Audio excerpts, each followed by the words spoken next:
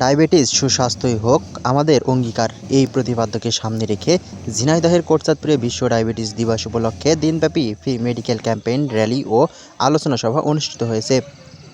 বৃহস্পতিবার সকালে শহরের প্রতন আক সেন্টার মোড়ে মুকুল খালেদা ডায়াবেটিস হাসপাতাল থেকে একটি র্যালি বের হয়। র্যালিটি শহরের বিভিন্ন সড়ক প্রদক্ষিণ শেষে এক আলোচনা সভা অনুষ্ঠিত হয়।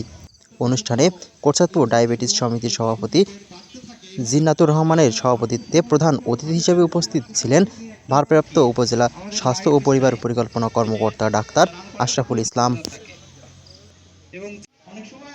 এ সময় বিশেষ অতিথি হিসেবে উপস্থিত ছিলেন ডায়াবেটিস সমিতির senior doctor হারুনার Rashid Tuhin, doctor Tapas Kumar Biswas, Jhenaidah সহকারী সার্জন 250 সোজা জেনারেল হাসপাতাল আখতারুজ্জামান সহ এ সময় আরও উপস্থিত ছিলেন ডায়াবেটিস সমিতির সদস্য, বিভিন্ন স্কুল কলেজের অধ্যক্ষ, পল্লী চিকিৎসক, Talsar Anirban blood donor club, Kotchandpur blood bank সহ বিভিন্ন স্বেচ্ছাসেবী সংস্থার সদস্য সহ নানা শ্রেণী পেশার মানুষ এ সময় উপস্থিত ছিলেন।